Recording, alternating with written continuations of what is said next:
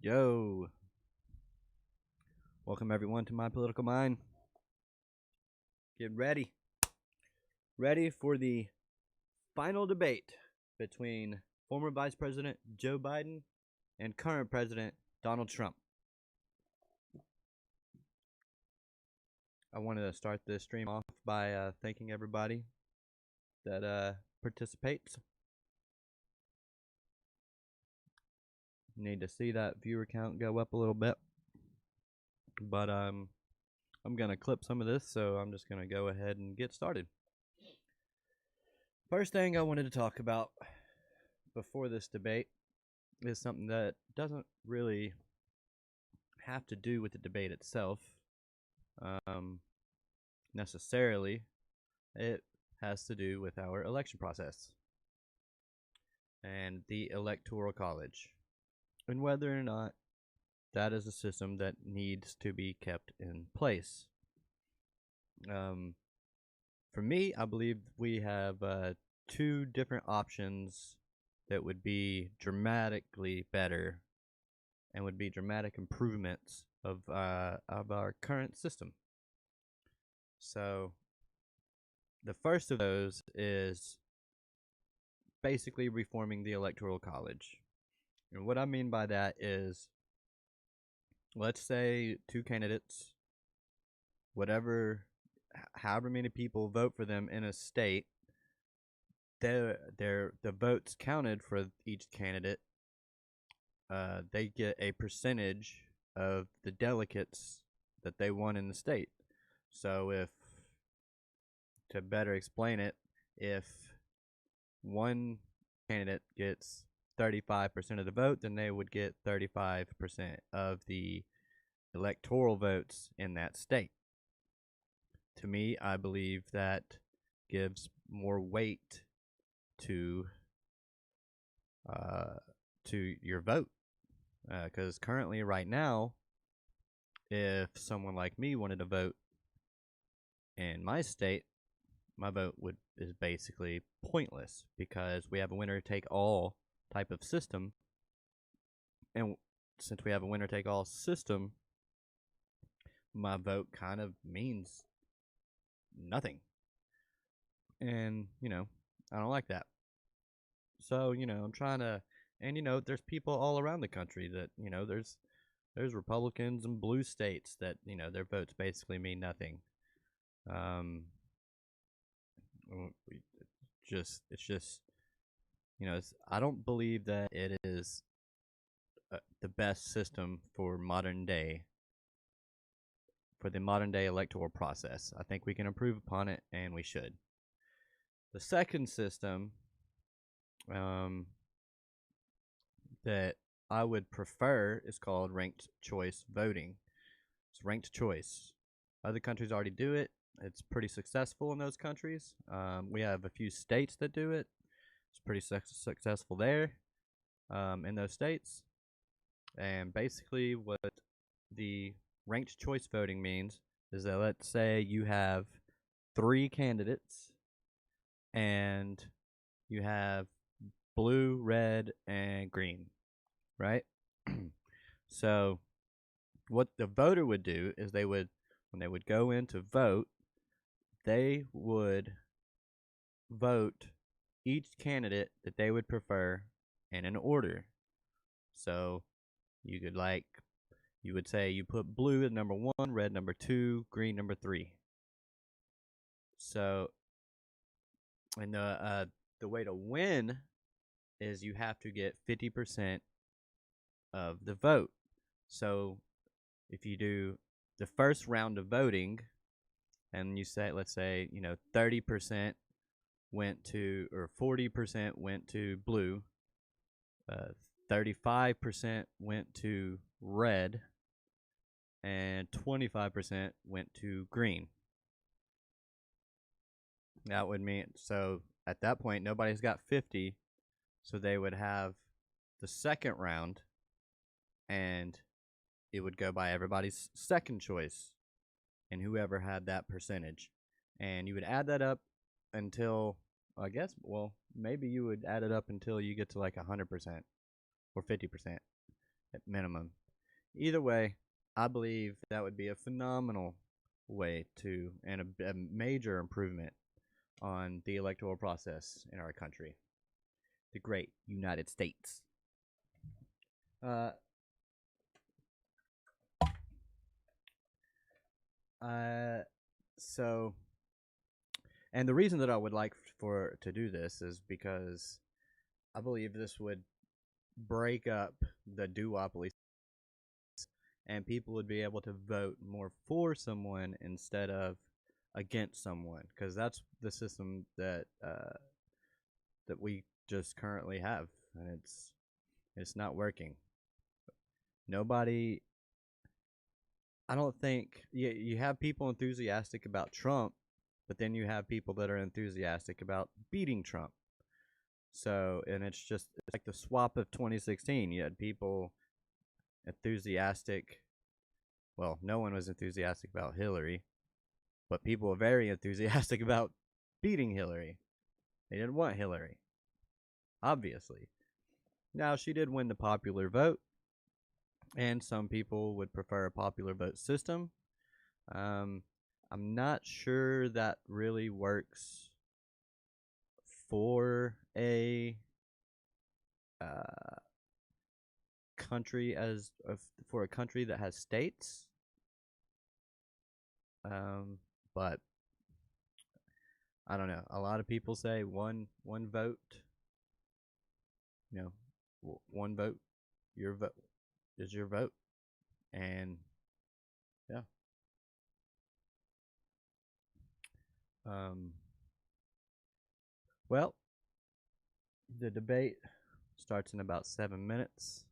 So, first, again, I'd like to thank everybody that will end up watching this, that is watching this. I love the support, and even though I'm currently at 0 viewers, that's cool. That's super cool. All I know is I want to see some chat up on the screen here.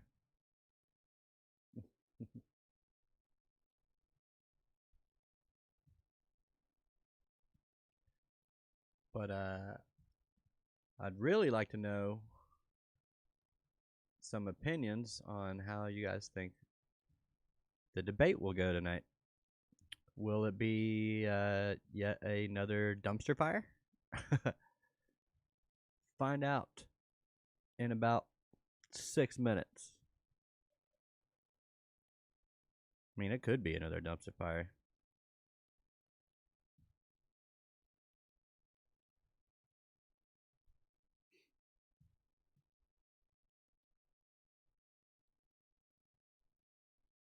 Yeah, man, hopefully, if I do get people in here and they chat, I really hope that the chat actually works quickly. Because last time there was like a huge lag, huge lag. I mean, it was almost like 2 minutes, and that wasn't cool. But so yeah. One of the topics for tonight's debate is the debate format and the new rules where they have the mute button now. But it's not what everybody thinks. It's not just like, oh, Trump is just like being loud and obnoxious, so they're gonna mute him. No, it's not how it's gonna go. They went a little soft, but solid. So basically, what they're gonna do is the moderator will provide a topic, questions, and each candidate will get 2 minutes uninterrupted to give their spiel. And during those 2 minutes, the candidate not speaking, will have their mic muted. So that's cool. and I think that would be great. And then after that, um, it'll be a 15 after they both have 2 minutes each. There will be a 15-minute open discussion where I believe the mics will be on. So I think the mics will only be muted during those 2 minute segments. I'm not sure if it like gets out of hand. Maybe they mute. I don't know. I don't know about that at all. But I guess we'll find out.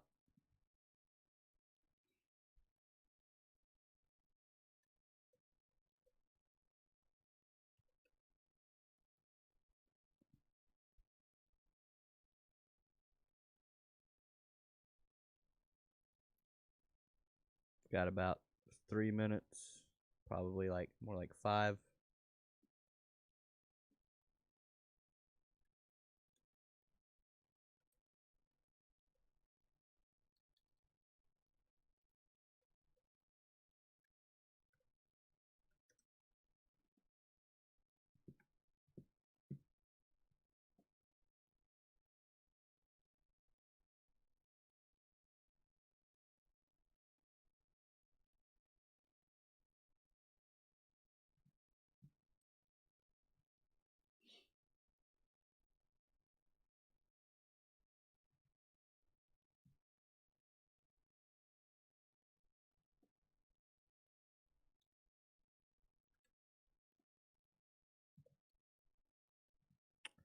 Coolio.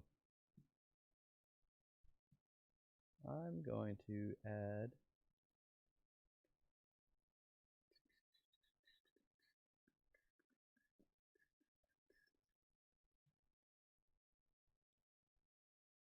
Hmm.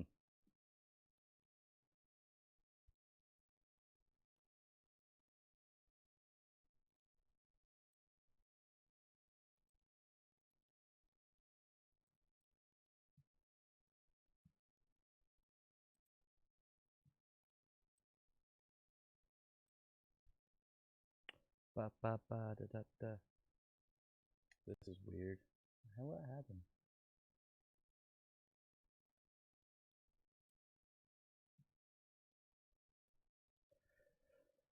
All right. So yeah, as far as the debate goes itself, uh, I'm. I think that I think Trump really needs some help. He needs a strong showing tonight, and I believe Biden just needs to maintain. Um, I honestly don't have any idea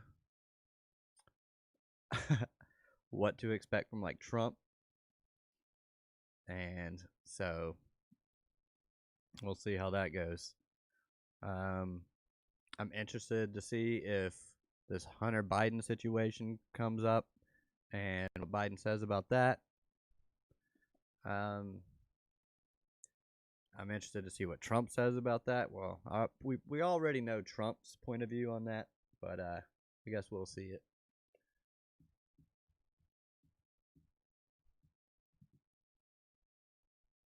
What?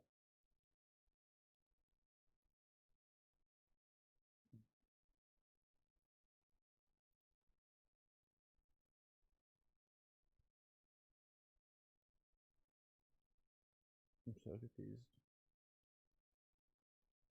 What else?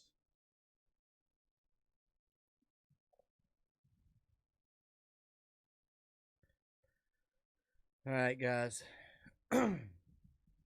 Debate's about to start.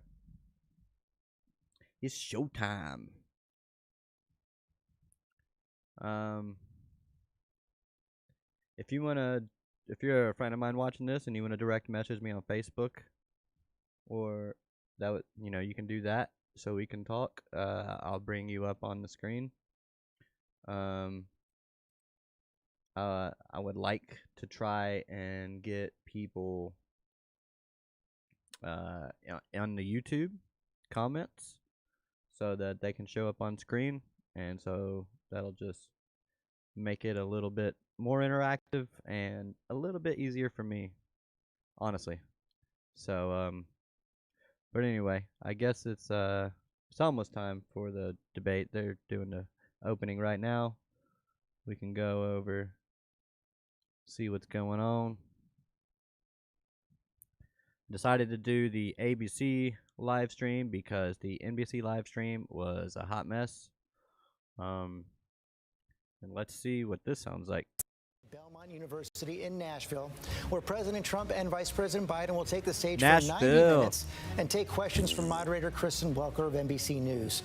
Just 12 days to go in this election, almost 50 million Americans have already voted, a sign of the times, in a presidential race transformed by the pandemic and a sign of how engaged Americans are in this race.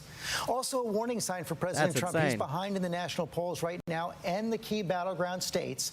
The pool of undecided voters is shrinking by the day. He's got to do something tonight to shake up this race. Our chief White House correspondent, John Karl, is on the scene in Nashville.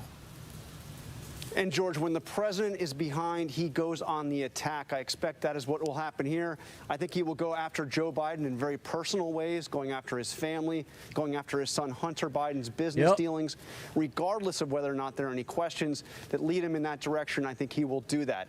Now, George, the president complained bitterly about the fact that the microphone will be muted for some of the answers, for some of this. But his advisors actually think that that will be good for the president. What they really Yeah, Donald Trump actually didn't even want to, he didn't want, COVID to be a topic, and something else he didn't want to be a topic because they were just bad issues for him, obviously.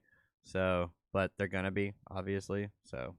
Really want to come out of this debate is for Joe Biden to make a mistake with the president. That is easier said than done. But instead, Joe Biden's goal here is really to stay laser focused on the president's handling of this pandemic and to try and talk just directly to the American people. So when Trump comes after him, Biden is going to argue this isn't about his family. This is about your family and what voters are looking for in their next trying to comment on YouTube, make sure you log in. He wanted to at the last debate with your Gmail account. And George, I have to tell you, I have talked to Biden supporters who are not happy with the tone that they heard from the former vice president. He was very blunt, often very harsh. At one point, he even told the president of the United States to shut up. I think it will be interesting tonight to see whether he softens his tone at all against the president. Okay, the debate is about to begin. As we said, the moderator, Kristen Welker of NBC News. 6 big topics on the agenda tonight: fighting COVID, race, national security, climate change, and presidential leadership. Let's go to Kristen Welker. 5-0. 5-0. Let's go. Good evening from Belmont University in Nashville, Tennessee. I'm Kristen Welker of NBC News, and I welcome you to the final 2020 presidential debate between President Donald J. Trump and former Vice President Joe Biden. Tonight's debate is sponsored by the Commission on Presidential Debates. It is conducted under health and safety protocols designed by the Commission's health security advisor. The audience here in the hall has promised to remain silent. No cheers, boos, or other interruptions, except right now, as we welcome to the stage former Vice President Joe Biden and President Donald J. Trump.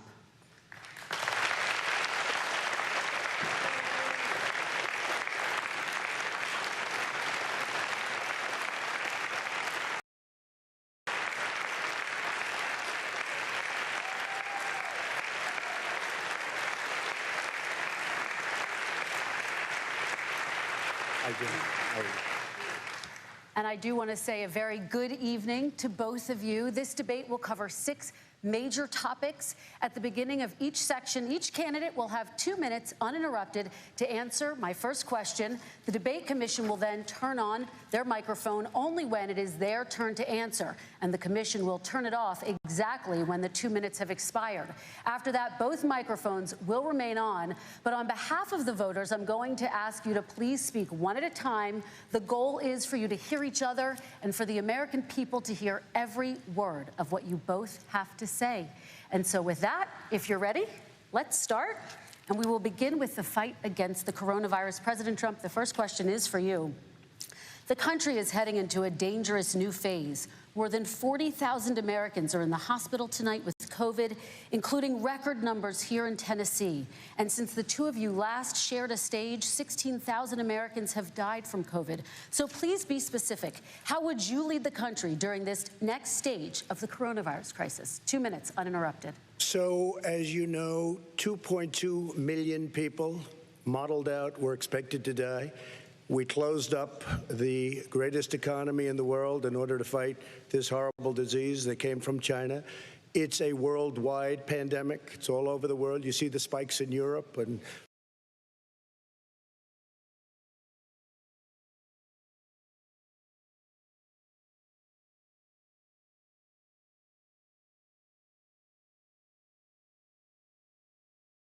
many other places right now. If you notice, the mortality rate is down 85%. The excess mortality rate is way down and much lower than almost any other country. And we're fighting it, and we're fighting it hard. There is a spike. There was a spike in Florida, and it's now gone. There was a very big spike in Texas. It's now gone. There was a very big spike in Arizona. It's now gone. And there are some spikes and surges in other places. They will soon be gone. We have a vaccine that's coming. It's ready. It's going to be announced within weeks, and it's going to be delivered. We have Operation Warp Speed, which is the military is going to distribute the vaccine. I can tell you from personal experience that I was in the hospital. I had it, and I got better. And I will tell you that I had something that they gave me, a therapeutic, I guess they would call it. Some people could say it was a cure. But I was in for a short period of time, and I got better very fast, or I wouldn't be here tonight. And now they say I'm immune. Whether it's 4 months or a lifetime, nobody's been able to say that, but I'm immune. More and more people are getting better. We have a problem that's a worldwide problem. This is a worldwide problem. But I've been congratulated by the heads of many countries on what we've been able to do. If you take a look at what we've done in terms of goggles and masks and gowns and everything else, and in particular ventilators, we're now making ventilators all over the world, thousands and thousands a month, distributing them all over the world. It will go away, and as I say, we're rounding the turn, we're rounding the corner. It's going away. Okay, former Vice President Biden, to you, how would you lead the country out of this crisis? You have 2 minutes uninterrupted. 220,000 Americans dead. If you hear nothing else I say tonight, hear this. Anyone who's responsible for not taking control, in fact, not saying I take no responsibility initially, anyone who's responsible for that many deaths should not remain as President of the United States of America. We're in a situation where there are 1,000 deaths a day now, 1,000 deaths a day. And there are over 70,000 new cases per day. Compared to what's going on in Europe, as the New England Medical Journal said, they're starting from a very low rate. We're starting from a very high rate. The expectation is we'll have another 200,000 Americans dead between now and the end of the year. If we just wore these masks, the president's own advisors have told him, we could save 100,000 lives. And we're in a circumstance where the president thus far and still has no plan, no comprehensive plan. What I would do is make sure we have everyone encouraged to wear a mask all the time. I would make sure we move in the direction of rapid testing, investing in rapid testing. I would make sure that we set up national standards as to how to open up schools and open up businesses so they can be safe and give them the wherewithal, the financial resources to be able to do that. We're in a situation now where the New England Medical Journal, one of the most serious journals in the whole world, said for the first time ever that the way this president has responded to this crisis has been absolutely tragic. And so, folks, I will take care of this. I will end this. I will make sure we have a plan. President Trump, I'd like to follow up with you in your comments. You talked about taking a therapeutic. I assume you're referencing Regeneron. You also said a vaccine will be coming within weeks. Yes. Is that a guarantee? No, it's not a guarantee, but it will be by the end of the year. But I think it has a good chance. There are two companies, I think, within a matter of weeks, and it will be distributed very quickly. Can you tell us which companies? Johnson & Johnson is doing very well. Moderna is doing very well. Pfizer is doing very well. And we have numerous others. Then we also have others that we're working on very closely with other countries, in particular Europe. Let me follow up with you, and because this is new information, you have said a vaccine is coming soon, within weeks now. Your own officials say it could take well into 2021 at the earliest for enough Americans to get vaccinated. And even then, they say the country will be wearing masks and distancing into 2022. Is your timeline realistic? No, I think my timeline is going to be more accurate. I don't know that they're counting on the military the way I do, but we have our generals lined up, one in particular that's the head of logistics. And this is a very easy distribution for him. He's ready to go as soon as we have the vaccine. And we expect to have 100 million vials. As soon as we have the vaccine, he's ready to go. Vice President Biden, your reaction, and just 40% of Americans say they would definitely agree to take a coronavirus vaccine if it was approved by the government. What steps would you take to give Americans confidence in a vaccine if it were approved? Make sure it's totally transparent.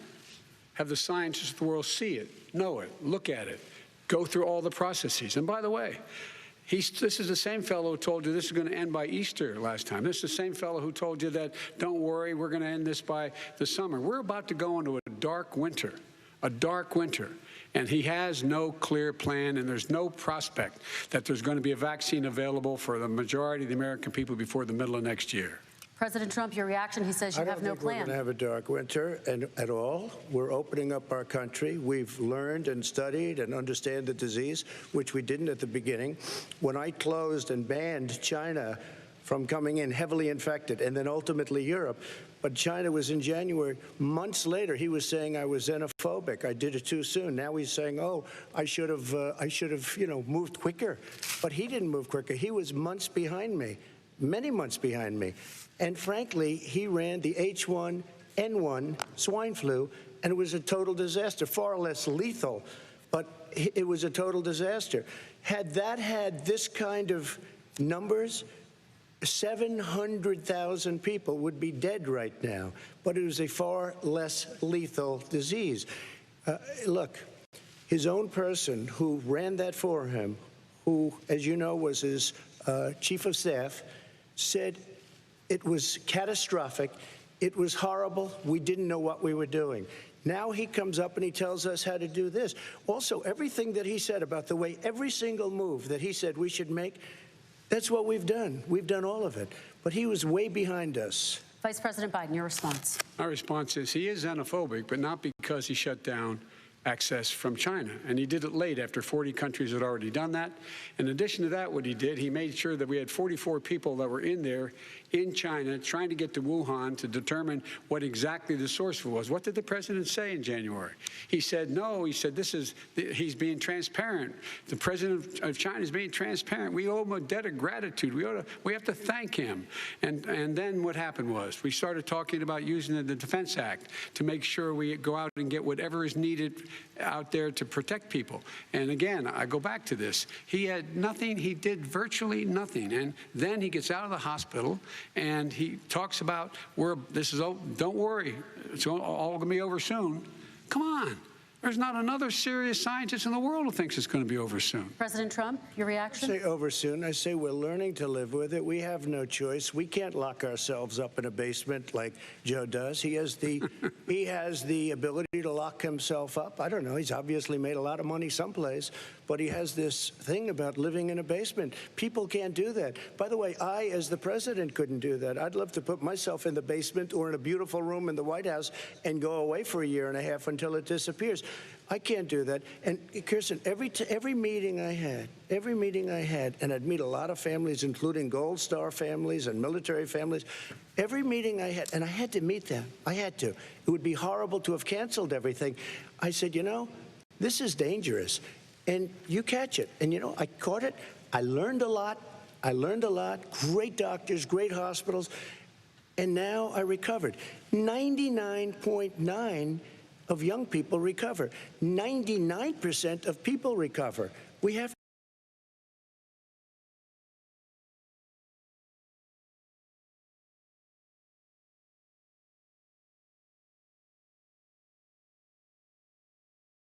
Vice President Biden, I want to talk broadly about strategy, though. You have Can I respond to that? 30 seconds, please, and then I have a question. No, number one, he says that we're learning to live with it. People are learning to die with it. You folks home will have an empty chair at the kitchen table this morning. That man or wife going to bed tonight and reaching over to try to touch their, out of habit, where their wife or husband was, is gone. Learning to live with it. Come on. We're dying with it because he has never said, he said it's dangerous. When's the last time? Is it really dangerous still? Are we dangerous? You tell the people it's dangerous now? What should they do about the danger? And you say, I take no responsibility. Let me talk about your two. Excuse me, I take full responsibility. It's not my fault that it came here. It's China's fault. And you know what? It's not Joe's fault that it came here either. It's China's fault. They kept it from going into the rest of China for the most part, but they didn't keep it from coming out to the world, including Europe and ourselves. Vice President Biden. The fact is that when we knew it was coming, when it hit, what happened? What did the president say? He said, don't worry, it's going to go away. Be gone by Easter. Don't worry. The warm weather. Don't worry. Maybe inject bleach. He said he was kidding when he said that, but a lot of people thought it was serious. A whole range of things the president has said. Even today, he thinks we are in control. We're about to lose 200,000 more people. President Trump. Look, perhaps just to finish this, I was kidding on that, but just to finish this, when I closed, he said I shouldn't have closed. And that went on for months. Nancy Pelosi said the same thing. She was dancing on the streets in Chinatown in San Francisco. But when I closed, he said, this is a terrible thing. You're xenophobic. I think he called me racist even. And because I was closing it to China. Now he says I should have closed it earlier. It just, Joe, it doesn't work. I didn't say either of those things. You certainly did. You certainly did.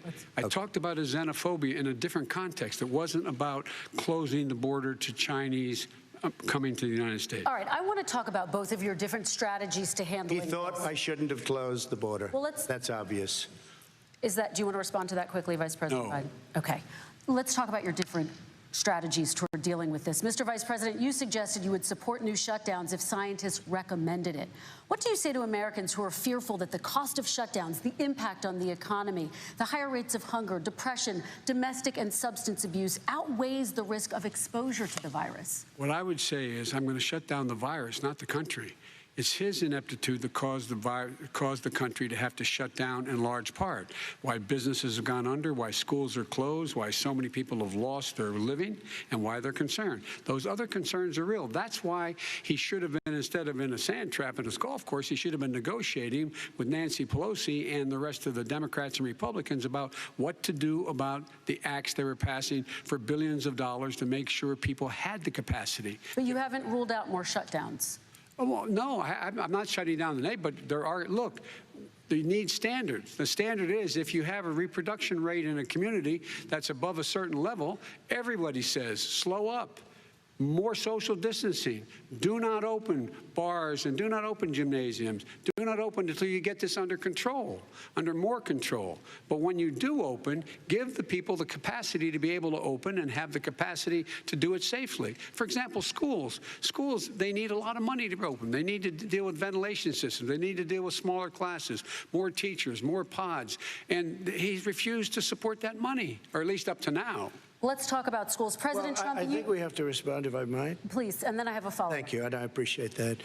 Look, all he does is talk about shutdowns, but forget about him. His Democrat governors, Cuomo in New York, you look at what's going on in California, you look at Pennsylvania, North Carolina, Democrats all, they're shut down so tight, and they're dying. They're dying. And he supports all these people. All he talks about is shutdowns. No, we're not going to shut down, and we have to open our schools. And it's like, as an example, I have a young son. He also tested positive. By the time I spoke to the doctor the second time, he was fine. It just went away. Young people. I guess it's their immune system. Let me follow up with you, President Trump. You've demanded schools open in person and insist they can do it safely. But just yesterday, Boston became the latest city to move its public school system entirely online after a coronavirus spike. What is your message to parents who worry that sending their children to school will endanger not only their kids, but also their teachers and families? I want to open the schools. The transmittal rate to the teachers is very small. but I want to open the schools. We have to open our country. We're not going to have a country. You can't do this. We can't keep this country closed. This is a massive country with a massive economy. People are losing their jobs. They're committing suicide. There's depression, alcohol, drugs at a level that nobody's ever seen before.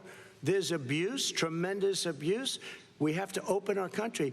You know, I've said it often, the cure cannot be worse than the problem itself. And that's what's happening. And he wants to close down, he'll close down the country if one person in our massive bureaucracy says we should close it down. Vice President Biden, your response. Simply not true. We ought to be able to walk and chew gum at the same time. We ought to be able to safely open, but when they need resources to open. You need to be able to, for example, if you're going to open a business, have social distancing within the business. You need to have, if you have a restaurant, you need to have plexiglass dividers so people cannot infect one another. You need to be in a position where you can take testing rapidly and know whether a person is in fact infected. You need to be able to trace. You need to be able to provide all the resources that are needed to do this. And that is not inconsistent with saying that what we're going to make sure that we open safely. And by the way, all you teachers out there, not that many of you are going to die, so don't worry about it. So don't worry about it. Come on. President Trump, let me follow up with you quickly. By the way, I will say this. If you go and look at what's happened to New York, it's a ghost town. It's a ghost town. And when you talk about plexiglass, these are restaurants that are dying. These are businesses with no money. Putting up plexiglass is unbelievably expensive, and it's not the answer. I mean, you're going to sit there in a cubicle wrapped around with plastic. These are businesses that are dying, Joe. You can't do that to people. You just can't. Take a look at New York and what's happened to my wonderful city for so many years. I loved it. It was vibrant. It's dying. Everyone's leaving New York. Take a look at what New York has done in terms of turning the curve down in terms of the number of people dying. And I don't look at this in terms of the way he does. Blue states and red states. They're all the United States. And look at the states that are having such a spike in the coronavirus. They're the red states. They're the states in the Midwest. They're the states in the upper Midwest. That's where the spike is occurring significantly. But they're all Americans. They're all Americans. And what we have to do is say, wear these masks, number one. Make sure we get the help that the businesses need that has money's already been passed to do that. It's been out there since the beginning of the summer, and nothing's happened. President, New York has lost more than 40,000 people, 11,000 people in nursing homes. President Trump, what about... When you say spike, take a look at what's happening in Pennsylvania, where they've had it closed. Take a look at what's happening with your friend in Michigan, where her husband's the only one allowed to do anything. It's been like a prison. Now, it was just ruled unconstitutional. Take a look at North Carolina. They're having spikes, and they've been closed, and they're getting killed financially. We can't let that happen, Joe. You can't let that happen. We have to open up. And we understand the disease. We have to protect our seniors. We have to protect our elderly. We have to protect especially our seniors with heart problems and diabetes problems. And we will protect them. We have the best testing in the world by far. That's why we have so many cases. Let me follow up with you before we move on to our next section. President Trump, this week you called Dr. Anthony Fauci, the nation's best-known infectious disease expert, quote, a disaster. You described him and other medical experts as, quote, idiots. If you're not listening to them, who are you listening to? I'm listening to all of them, including Anthony. I get along very well with Anthony. But he did say, don't wear masks. He did say, as you know, this is not going to be a problem. I think he's a Democrat, but that's okay. He said this is not going to be a problem. We are not going to have a problem at all. When Joe says that, I said, Anthony Fauci said, and others, and many others, and I'm not knocking him a lot. Nobody knew. Look, nobody knew what this thing was. Nobody knew where it was coming from, what it was. We've learned a lot. But Anthony said, don't wear masks. Now he wants to wear masks. Anthony also said, if you look back, exact words, here's his exact words, this is no problem. This is going to go away soon. So he's allowed to make mistakes. He happens to be a good person. Vice President Biden, your response quickly, and then we're going to move on to the next section. My response is that think about what the president knew in January and didn't tell the American people. He was told this was a serious virus that spread in the air, and it was much worse than the flu. He went on record and said to one of your colleagues, recorded, that, in fact, he knew how dangerous it was, but he didn't want to tell us. He didn't want to tell us because he didn't want us to panic. He didn't want us. Americans don't panic. He panicked. But guess what? In the meantime, we find out in the New York Times the other day that, in fact, his folks went to Wall Street and said this is a really dangerous thing. And a memo out of that meeting, not from his administration, but from some of the brokers, said sell short because we got to get moving. It's a dangerous problem. Well, this is I'm going to give you 30 seconds to respond, and then we're going to move on. I don't know. Somebody went to Wall Street. You're the one that takes all the money from Wall Street. I don't take it. You have raised a lot of money, tremendous amounts of money. And every time you raise money, deals are made, Joe. I could raise so much more money. As president and as somebody that knows most of those people, I could call the heads of Wall Street, the heads of every company in America. I would blow away every record, but I don't want to do that because it puts me in a bad position. And then you bring up Wall Street. You shouldn't be bringing up Wall Street because you're the one that takes the money from Wall Street, not me. I could blow away your records that, like you wouldn't believe. We don't need money. We have plenty of money. In fact, we beat Hillary Clinton with a tiny fraction of the money that she was able to. All right, gentlemen, we're going to move on. Don't tell me about Wall Street. Average contribution, $43. All right, we're going to move on to our next section, which is national security. And I do want to start with the security of our elections and some breaking news from overnight. Just last night, top intelligence officials confirmed again that both Russia and Iran are working to influence this election. Both countries have obtained U.S. voter registration information, these officials say, and Iran sent intimidating messages to Florida voters. This question goes to you, Mr. Vice President. What would you do to put an end to this threat? You have 2 minutes uninterrupted. I made it clear, and I ask everyone else to take the pledge. I made it clear that any country, no matter who it is, that interferes in American elections will pay a price. They will pay a price. And it's been overwhelmingly clear this election, I won't even get into the last one, this election, that Russia has been involved, China has been involved to some degree, and now we learn that Iran is involved. They will pay a price if I'm elected. They're interfering with American sovereignty. That's what's going on right now. They're interfering with American sovereignty. And to the best of my knowledge, I don't think the president said anything to Putin about it. I don't think he's stalking them a lot. I don't think he said a word. I don't know why he hadn't said a word to Putin about it. And I don't know what he has recently said, if anything, to the Iranians. My guess is he'd probably be more outspoken with regard to the Iranians. But the point is this, folks. We are in a situation where we have foreign countries trying to interfere in the outcome of our election. His own national security advisor told him that what is happening with his buddy, I will. His buddy, Rudy Giuliani, he's being used as a Russian pawn. He's being fed information that is Russian, that is not true. And then what happens? Nothing happens. And then you find out that everything that's going on here about Russia is wanting to make sure that I do not get elected the next president of the United States because they know I know them and they know me.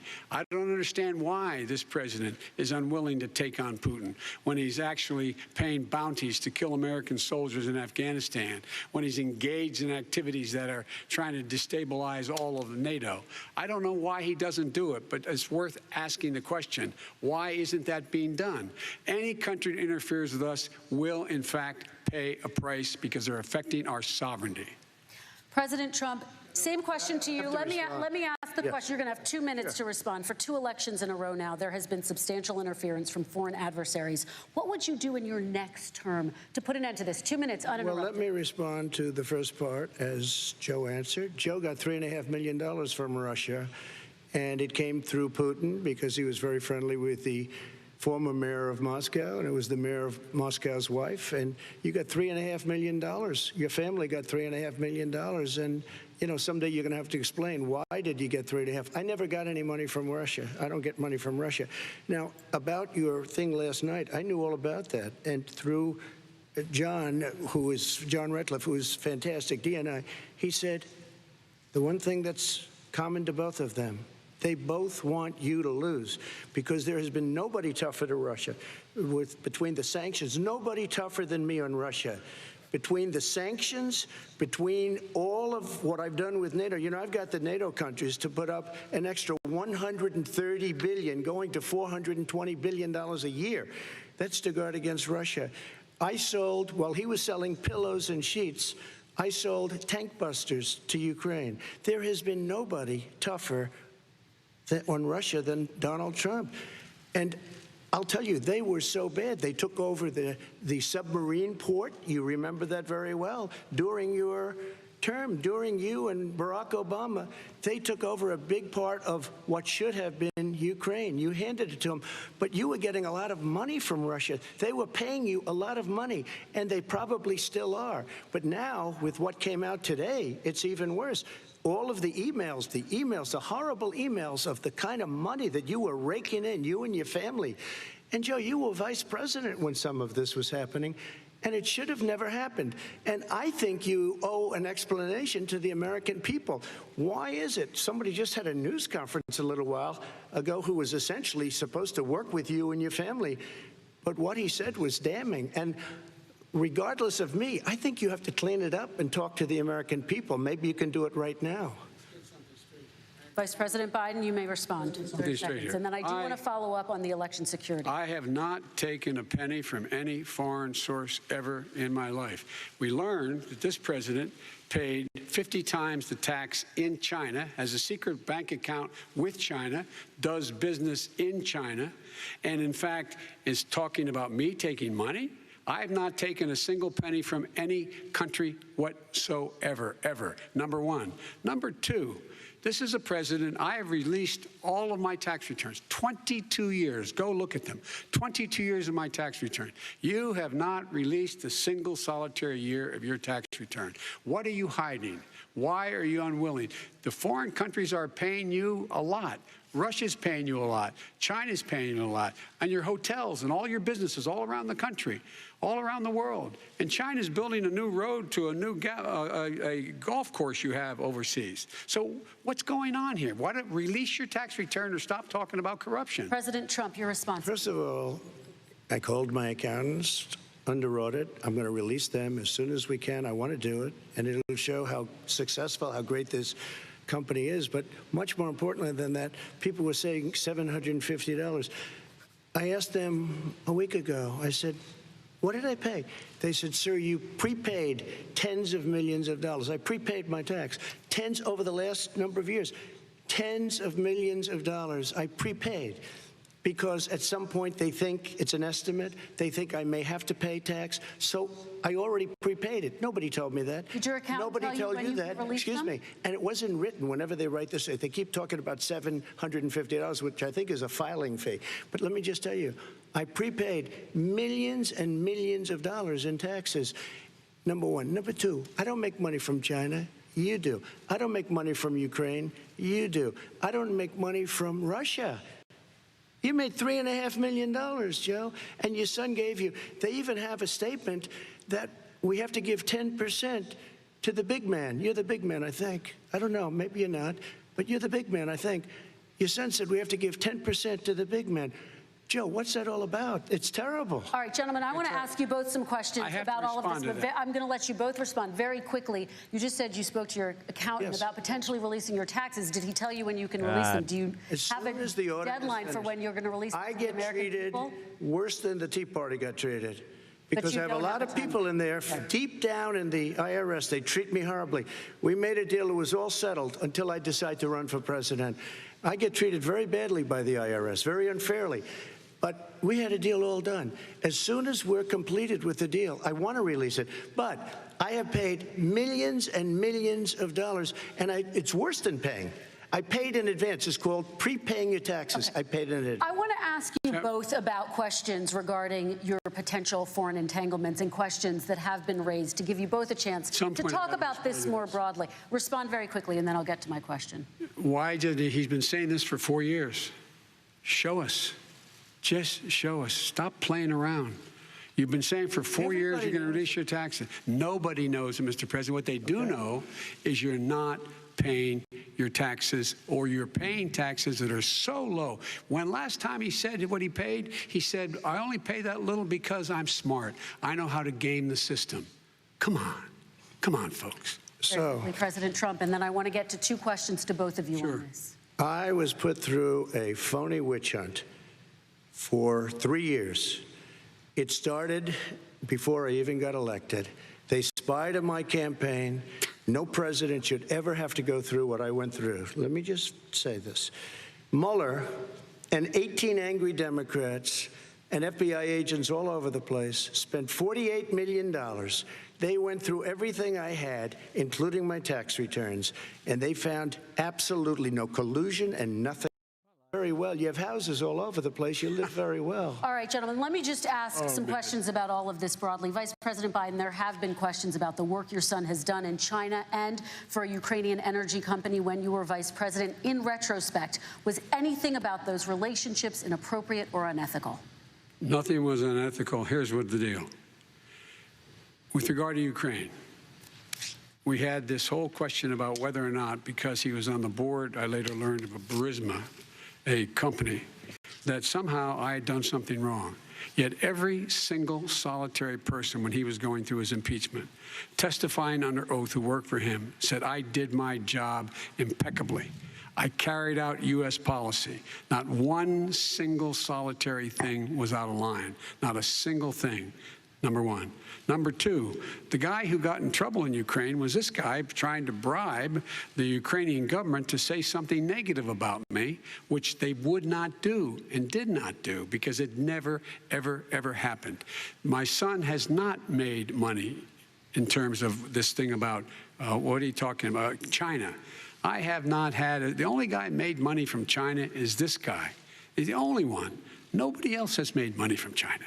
President Trump, let me ask my question to you. But could I just one thing? Very quickly. His son didn't have a job for a long time, was sadly no longer in the military service. I won't get into that.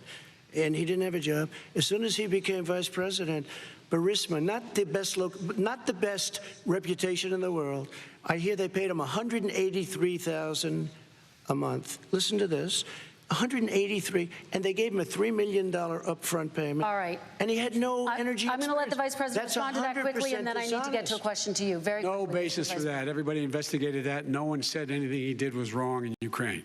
Okay, President Trump, this is for you. Since you took office, you've never divested from your business. You've personally promoted your properties abroad. A report this week, which was referenced, does indicate that your company has a bank account in China. So how can voters know that you don't have any foreign conflicts of interest? I have many bank accounts, and they're all listed, and they're all over the place. I mean, I was a businessman doing business. The bank account you're referring to, which is, everybody knows about it, it's listed. The bank account was in 2013. That's what it was. It was opened it was closed in 2015, I believe. And then I decided, because I was thinking about doing a deal in China like millions of other people.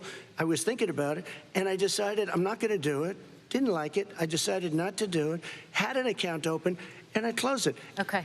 Excuse me. And then, unlike him, where he's vice president and he does business, I then decided to run for president after that. That was before. So I closed it before I even ran for president, let alone became president. Big difference. He is the vice president of the United States, and his son, his brother, and his other brother are getting rich. They're like a vacuum cleaner. They're sucking up money every President Trump, place he thank you. We do need to move on. I do want to ask you, Vice President Biden, about China. Let's talk about China more broadly. There have, of course, President Trump has said that they should pay for not being fully transparent in regards to the coronavirus. If you were president, would you make China pay? And please be specific. What would that look like? What I'd make China do is play by the international rules, not like he has done. He has caused the deficit of China to go up, not down, with China, up, not down. We are making sure that in order to do business in China, you have to give all your intellectual property. You have to have a partner in China. It's 51%. We would not do that at all, number one. Number two, we're in a situation where China would have to play by the rules internationally as well. When I met with Xi, when I was still vice president, he said we're setting up air identification zones in the South China Sea. You can't fly through them. I said we're going to fly through them. We just flew B-52, B-1 bombers through it. We're not going to pay attention. They have to play by the rules. And what's he do?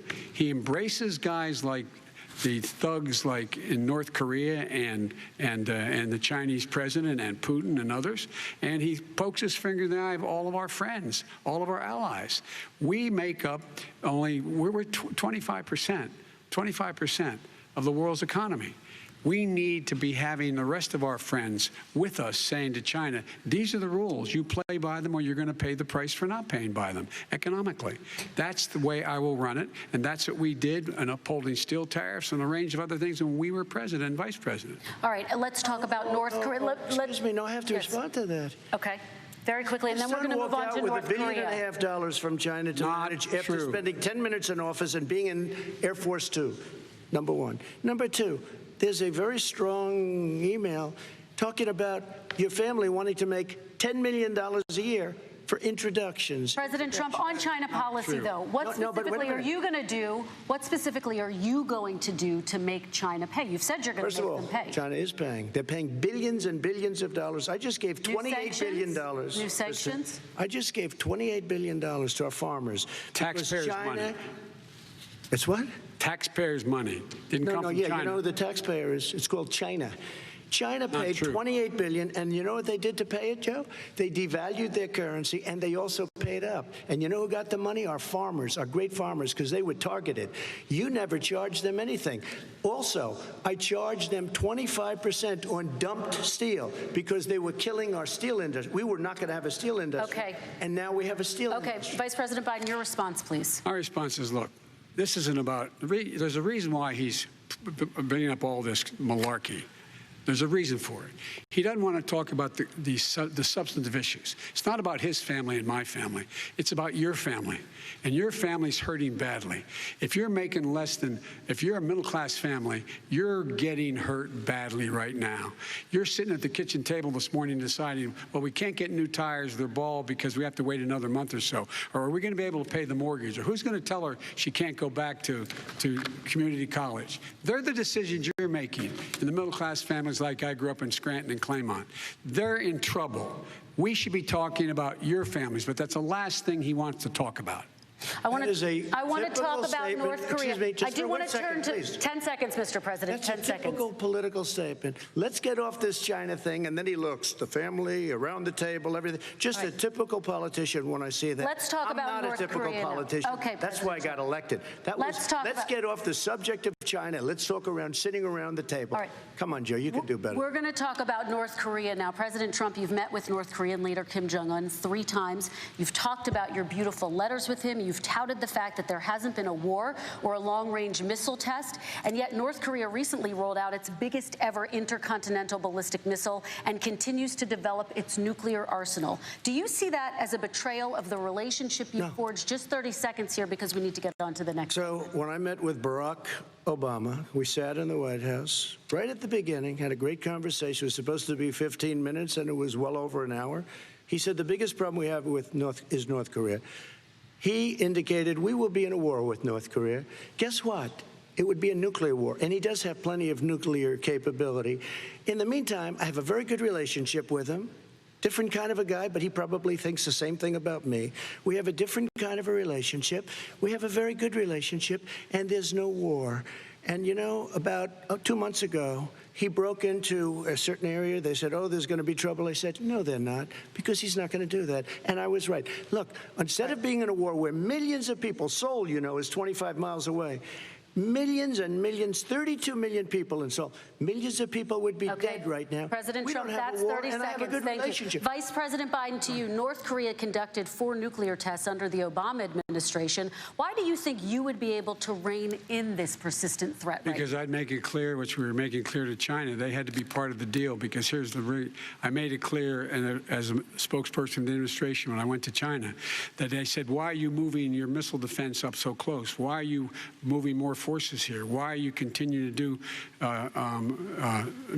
military maneuvers with South Korea? I said, because North Korea is a problem, and we're going to continue to do it so we can control them. We're going to make sure we can control them and make sure they cannot hurt us.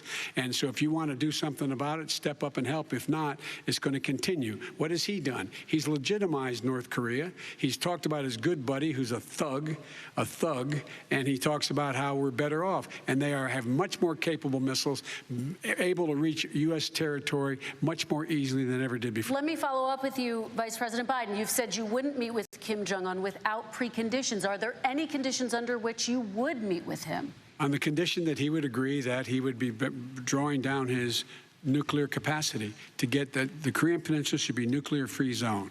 All right, let's move on to American families. They tried Very to quickly, meet with 10 him. seconds, They President. tried to meet with him. He wouldn't do it. He didn't like Obama. He didn't like him. He wouldn't do it. Okay, I know I gotta for give him a fact they chance to tried. respond to that He before we wouldn't move do on. it. You And know that's why? okay.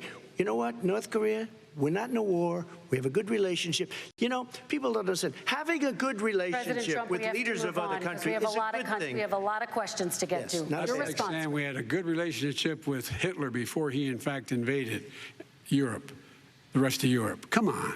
The reason he would not meet with President Obama is because President Obama said, we're going to talk about denuclearization. We're not going to legitimize you, and we're going to continue to put stronger and stronger sanctions on you.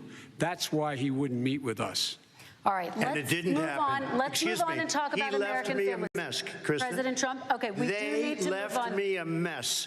North Korea was a mess. We And need in to fact, move if on you so that remember we the can get first to 2 all or of our 3 other months, questions tonight, there was a President very Trump. dangerous period in my first 3 months before we sort of worked things out a little bit. Okay. There was a they left us a mess. And Obama would be, I think, the first to say it was the single biggest problem he thought that our country. Okay, let's move on to American families and the economy. One of the issues that's most important to them is health care, as you both know. Today, there was a key vote on a new Supreme Court Justice, Amy Coney Barrett, and health care is at the center of her confirmation fight. Over 20 million Americans get their health insurance through the Affordable Care Act. It's headed to the Supreme Court, and your administration, Mr. President, is advocating for the court to overturn it.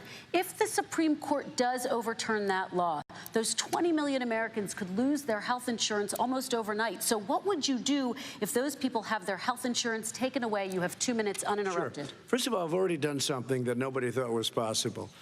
Through the legislature, I terminated the individual mandate. That is the worst part of Obamacare, as we call it. The individual mandate where you have to pay a fortune for the privilege of not having to pay for bad health insurance. I terminated it. It's gone. Now it's in court because Obamacare is no good. But then I made a decision. Run it as well as you can to my people, great people. Run it as well as you can. I could have gone the other route and made everybody very unhappy. They ran it. Premiums are down. Everything's down. Here's the problem. No matter how well you run it, it's no good. What we'd like to do is terminate it. We have the individual mandate done. I don't know that it's going to work. If we don't win, we will have to run it, and we'll have Obamacare, but it'll be better run. But it no longer is Obamacare, because without the individual mandate, it's much different.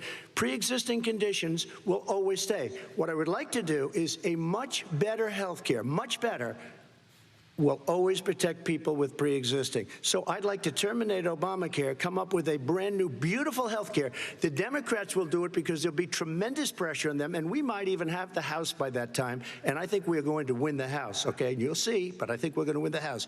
But come up with a better health care, always protecting people with pre-existing conditions. And one thing very important, we have 180 million people out there that have great private health care, far more than we're talking about with Obamacare.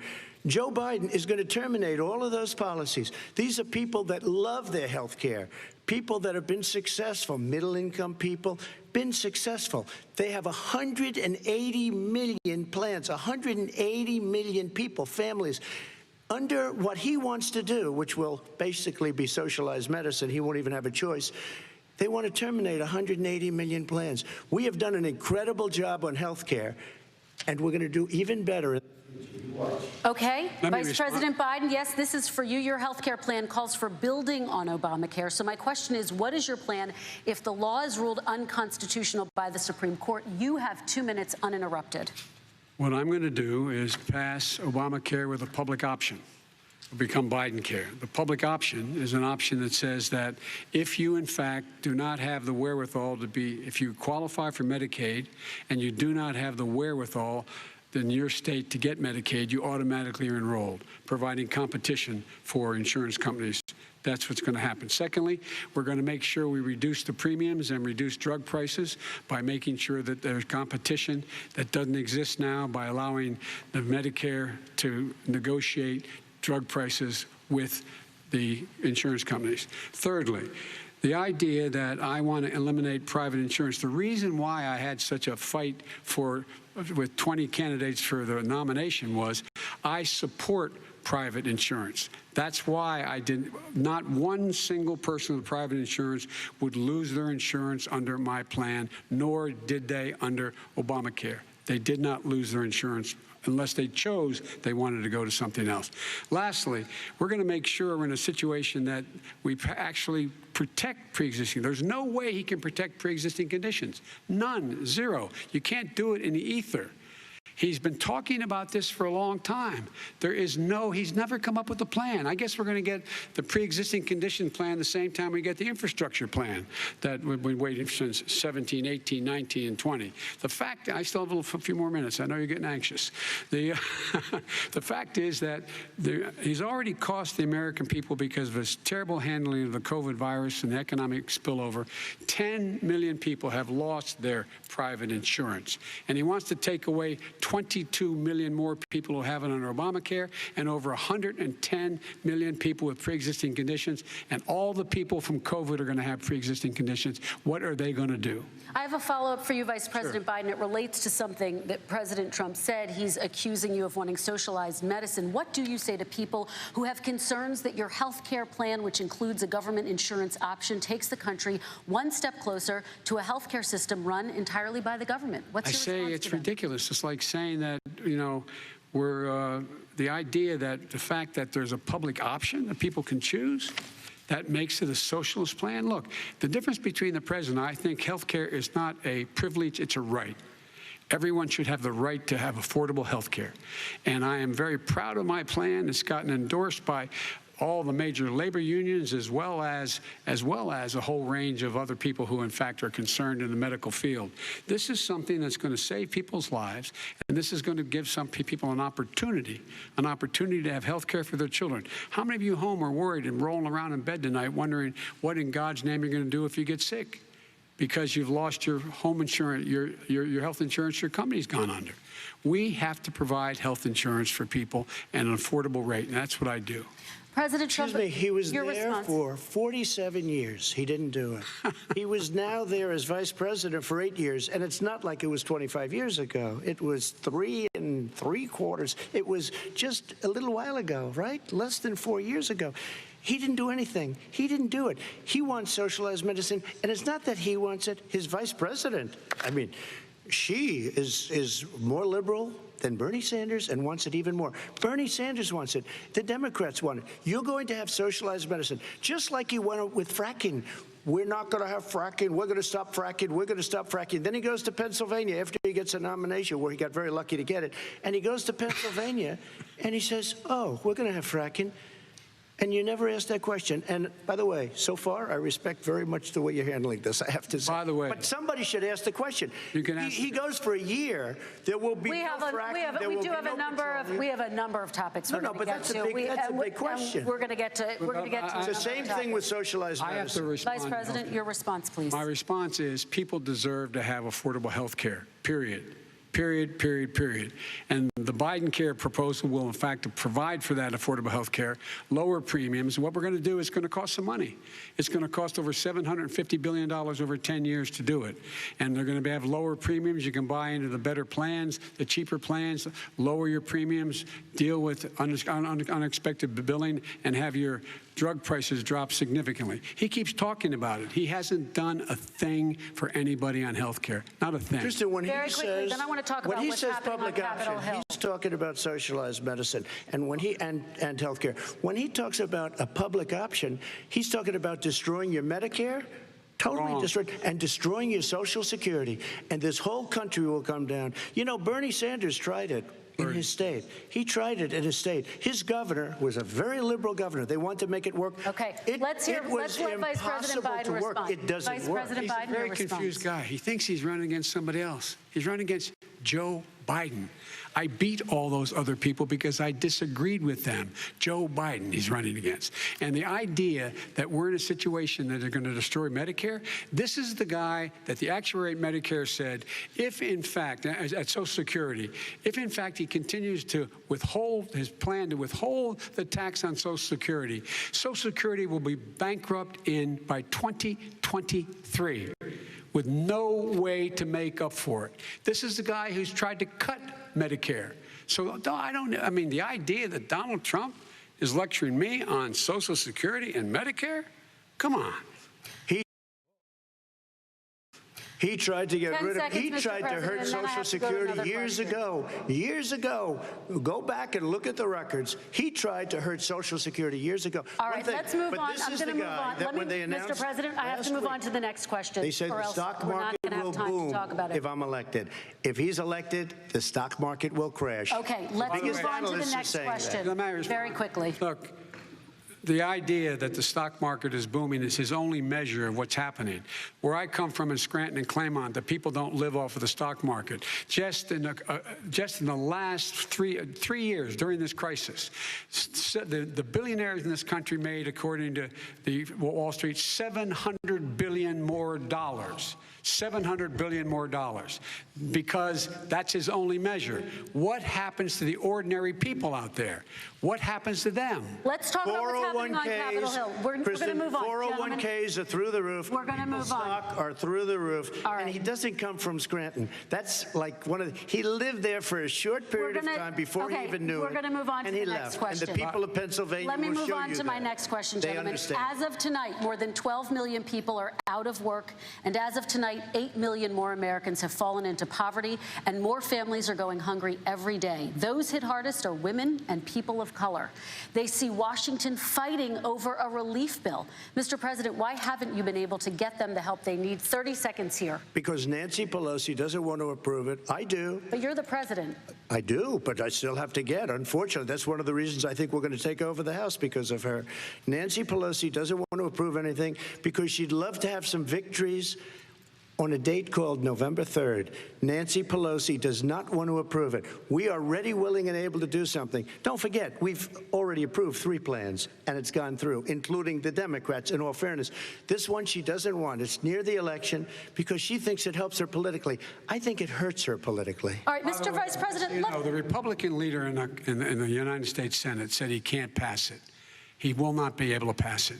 He does not have Republican votes. Why isn't he talking to his Republican friends? Let me follow up with you, Vice President. We made a Biden, deal. because let me ask Vice President Biden a question. You are the leader of the Democratic Party. Why have you not pushed the Democrats to get a deal for the American people? Well, I have, and they have pushed it. Look, they passed this act all the way back in the beginning of the summer. This is like it's not new. It's been out there. This HEROES Act has been sitting there. And look at what's happening.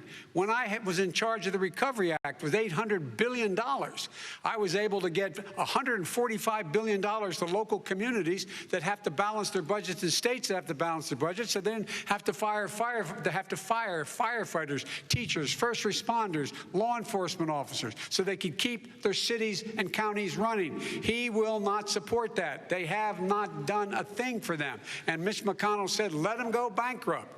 Let them go bankrupt. Come on.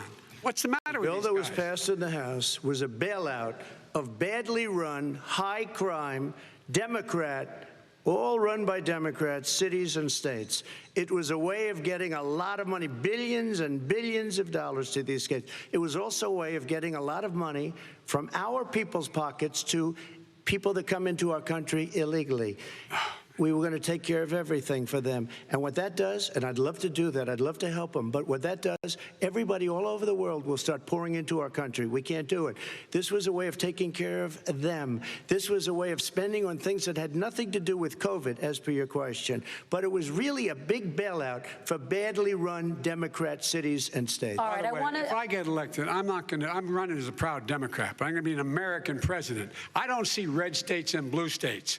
What I see is American, United States. And folks, every single state out there finds themselves in trouble. They're going to start laying off, whether they're red or blue, cops, firefighters, first responders, because teachers, because they have to balance their budget. And the founders were smart. They allowed the federal government to deficit spend to compensate for the United States of America. I want to talk about the minimum wage, gentlemen. Mr. Vice President, we are talking a lot about struggling small businesses and business owners these days. Do you think this is the right time to ask them to raise the minimum wage? You, of course, support a $15 federal minimum wage. I do, because I think one of the things we're going to have to do is we're going to have to bail them out, too. We should be bailing them out now, those small businesses. You got 1 in 6 of them going under. They're not going to be able to make it back. They passed a package that allows us to be able to call PPP. Money is supposed to go to help them do everything from organize how they can deal with their businesses being open safely.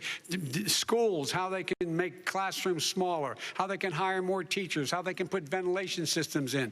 They need the help. The businesses as well as the schools need the help. But these guys will not help them. Is not giving them any of the money. We are going to move on to immigration, one thing very but I quickly, want he to said get we your have to help our reaction. small businesses by raising the minimum wage. That's not helping. I think it should be a state option. Alabama is different than New York. New York is different from Vermont. Every state is different. It should be a state option. You said very we have recently. to help. It's very important. We have to help our small businesses. How are you helping your small businesses when you're forcing wages? What's going to happen, and what's been proven to happen, is when you do that, these small businesses fire many of their employees. You said very recently you would consider raising the federal minimum wage to $15 an hour. You said recently you would consider raising the federal minimum wage to $15 an hour. Is that still the case? And I would consider it to an extent, but in a what I second really administration? in a second administration, but not to a level that's going to put all these businesses out of business. It should be a state option. Look, I've lived in different places. I know different places. They're all different. Some places, $15 is not so bad. In other places, other states, $15 would be Okay, President ruinous. Trump, thank you. Quick response, Vice President Biden. 2 jobs, 1 job, be below poverty. People are making $6, $7, $8 an hour. These first responders, we all clap for as they come down the street because they've allowed us to make it. What's happening? They deserve a minimum wage of $15. Anything below that puts you below the poverty level. And there is no evidence that when you raise the minimum wage, businesses go out of business. That is simply not true. We're going to talk about immigration. We're going to talk about immigration now, gentlemen, and we're going to talk about families within this context. Mr. President, your administration separated children from their parents at the border, at least 4,000 kids. You've since reversed your zero-tolerance policy, but the United States can't locate the parents of more than 500 children. So how will these families ever be reunited? Children are brought here by coyotes and lots of bad people, cartels, and they're brought here, and they used to use them to get into our country. We now have as strong a border as we've ever had. We're over 400 miles of brand new wall. You see the numbers, and we let people in, but they have to come in legally, and they come in through merit. But how will you reunite these kids with their families, Let me just tell you, Mr. President? they built cages. You know, they used to say, I built the cages, and then they had a picture in a certain newspaper, and it was a picture of these horrible cages, and they said, look at these cages. President Trump built them, and then it was determined they were built in 2014. That was him. Do you They have a built plan to cages. reunite the kids? Yes, with we're their working on families? it we're trying very hard. But a lot of these kids come out without the parents. They come over through cartels and through coyotes and through gangs. Vice President Biden, let me bring you into this 525 conversation. Quick response, and then another question to you. These 500-plus kids came with parents. They separated them at the border to make it a disincentive to come to begin with. Real tough. We're really strong. And guess what? They cannot, it's not coyotes didn't bring them over. Their parents were with them. They got separated from their parents. And it makes us a laughing stock and violates every notion of who we are as a nation. Let me ask you a follow-up Kristen, question. they did it. We changed the policy. Your response they to that? They did it. We changed. did not They built the separate cages. the Who built the cages, Joe? Let's talk about what Who we're built the talking cages, about. Let's Joe? talk about what we're talking about. What happened? Parents were ripped, their kids were ripped from their arms and separated. And now they cannot find over 500 of sets of those parents, and those kids are alone. Nowhere to go. Nowhere to go. It's criminal. It's criminal. Let me ask Kristen, you I about will say this. immigration. They went 10 down. We seconds, and brought then I need to ask reporters, you. everything. They are so well taken care of. They're in facilities that were so clean. But some and of them gotten haven't been such reunited But with their just ask families. one question. Who built the cages? I'd love you to ask him that. Who built the cages? Let me ask about your immigration policy, Mr. Vice President. The Obama administration did fail to deliver immigration reform, which had been a key promise during the administration. It also presided over record deportations as well as family detentions at the border before changing course. So why should voters trust you with an immigration overhaul now? Because it made a mistake. It took too long to get it right. Took too long to get it right. I'll be president of the United States, not vice president of the United States. And the fact is, I've made it very clear. Within 100 days, I'm going to send to the United States Congress a pathway to citizenship for over 11 million undocumented people. And all of those so-called dreamers, those DACA kids, they're going to be immediately certified again to be able to stay in this country and put on a path to citizenship. The idea that they are being sent home by this guy, and they want to do that, is they've gone to a country they've never seen before. I can imagine you're 5 years old, your parents are taking you across the Rio Grande River, and it's illegal. And you say, oh, no, Mom, leave me here. I'm not going to go with you. They've been here. Many of them are model citizens. Over 20,000 of them are first responders out there taking care of people during this crisis. We owe them. We owe them. Kristen, he had 8 years to do what he said he was going to do. And I've changed without having a specific. We got rid of catch and release. We got rid of a lot of horrible things that they put in and that they lived with. But he had 8 years he was vice president. He did nothing except build cages to keep children in. Vice President Biden, your response. The catch and release, you know what he's talking about there? If, in fact, you had a family came across and they were arrested, they, in fact, were given a date to show up for their hearing. They were released. And guess what? They showed up for a hearing. And this is the first president in the history of the United States of America that anybody seeking asylum has to do it in another country. That's never happened before in America. That's never happened before in America. You come to the United States and you make your case that I seek asylum based on the following premise, why I deserve it under American law. They're sitting in squalor on the other side of the river. President Trump, your response, so 30 important. seconds, and then we'll move on. It just shows that he has no understanding of immigration or the laws. Catch and release is a disaster. A murderer would come in, a rapist would come in, a very bad person would come in. We would take their name. We have to release them into our country. And then you say they come back. Less than 1% of the people come back. We have to send ICE out and Border Patrol out to find them. We would say, come back in 2 years, 3 years. We're going to give you a court case. You need Perry Mason. We're going to give you a court case. When you say they come back, they don't come back, Joe. They never come back. It's like 30 Only minutes. the really, 30 minutes. I hate to say this, but those with the lowest IQ, they might come back. Okay, President Trump, let's give Vice President Biden a chance to respond, and then we're going to move on to the next section. You don't know the law, Joe. Vice President Biden, your response. Know the law. What he's telling you is simply not true. Well, check it out. They don't come back. Check it out. All right, let's move on. But we don't have to worry about it because they terminated it, so we don't have to worry about it Let's anymore. move on to the next And you have section. 525 kids not Maybe knowing that's why where in God's nobody's name they're talking. going to be and lost their parents. Go ahead. All right. Let's talk about our next section, which is race in America. And I want to talk about the way Black and brown Americans experience race in this country. Part of that experience this was is the something second topic called the Trump talk. didn't want to talk about. It happens regardless of class and He income.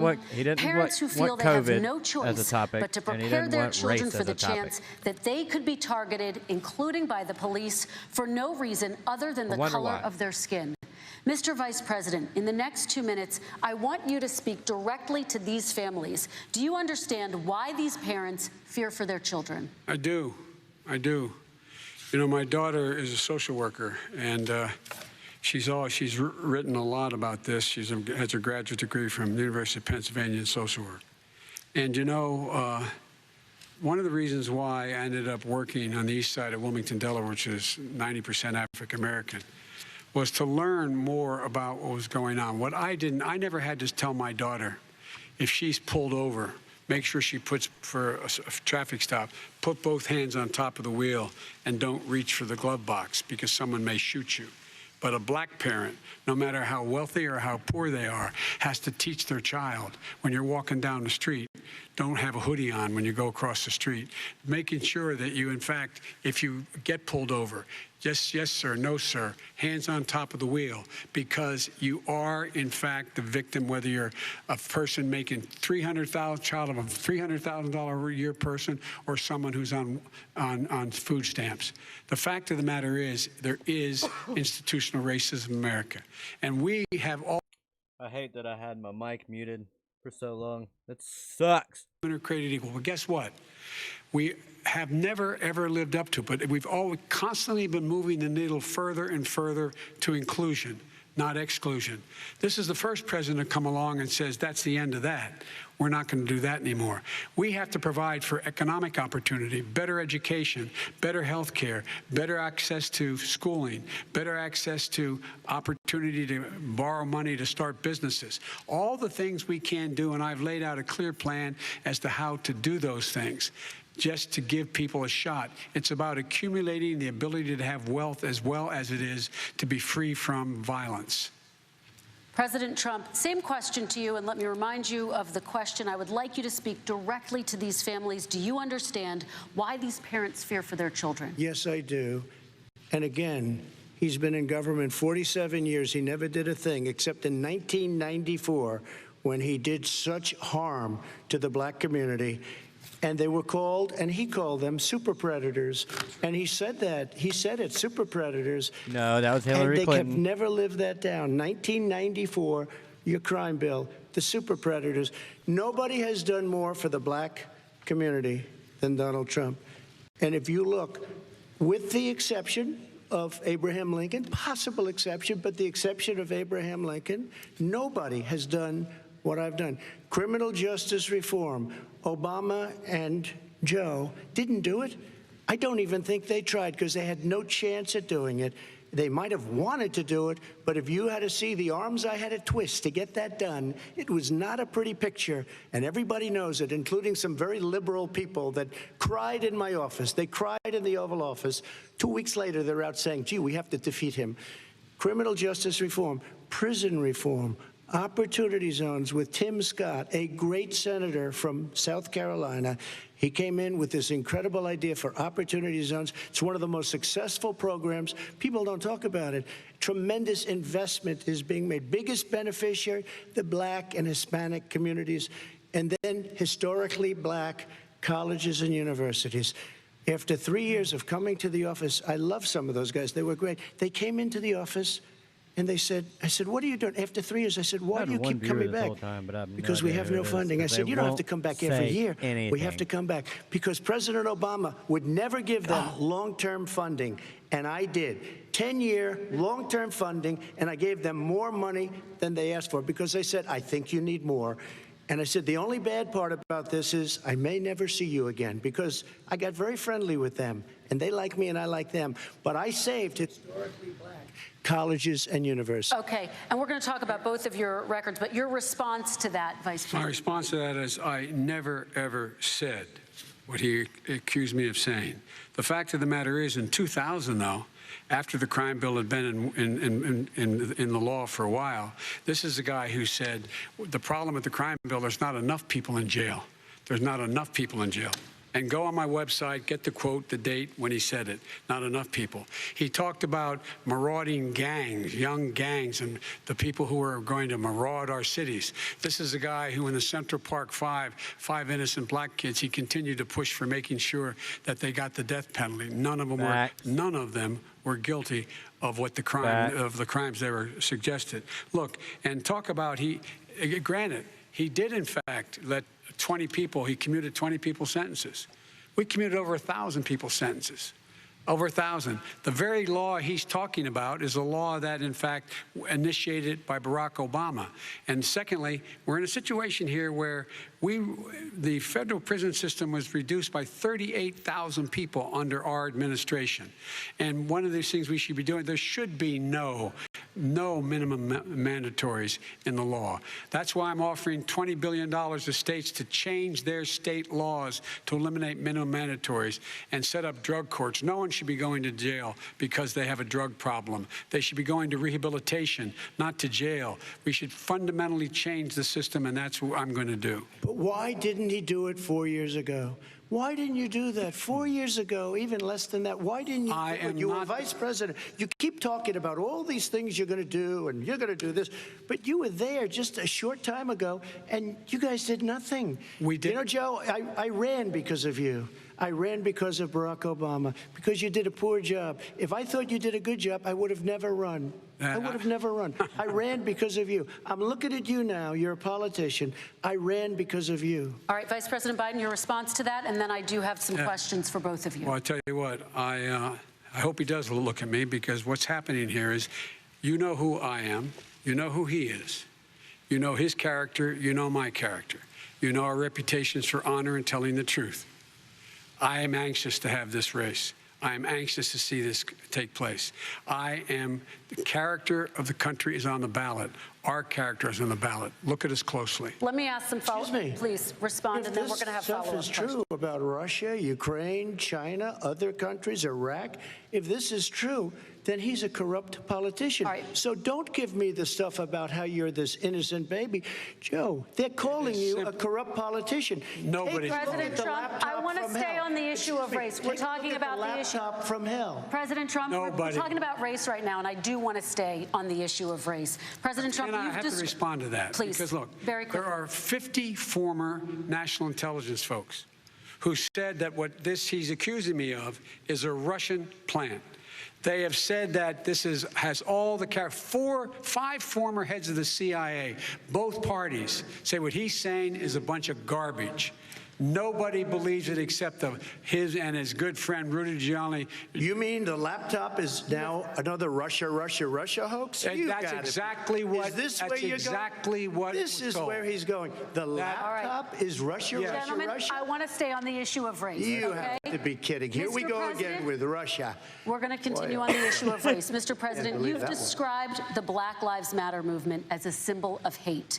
You've shared a video of a man chanting white power to millions of your supporters. You've said that black professional athletes exercising their First Amendment rights should be fired. What do you say to Americans who say that kind of language from a president is contributing to a climate of hate and racial strife? Well, you have to understand, the first time I ever heard of Black Lives Matter, they were chanting pigs in a blanket, talking about police. Pigs, talking about our police.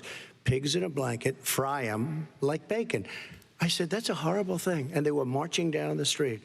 And that was my first glimpse of Black Lives Matter. I thought it was a terrible thing. As far as my relationships with the whole movement. All people, I think I have great relationships with all people. I am the least racist person in this room. Well, what do you say to Americans who are concerned by that rhetoric? I don't know. I don't know what to say. I got criminal justice reform done and prison reform and opportunity zones. I took care of black colleges and universities. I don't know what to say. They can say anything. I mean, they can say anything. It makes me sad because I am the least racist person. I can't even see the audience because it's so dark, but I don't care who's in the audience. I'm the least racist person in this room. Okay, Vice President Biden, let me ask you very quickly, and then I have a follow-up question for you. Abraham Lincoln here is one of the most racist presidents we've had in modern history.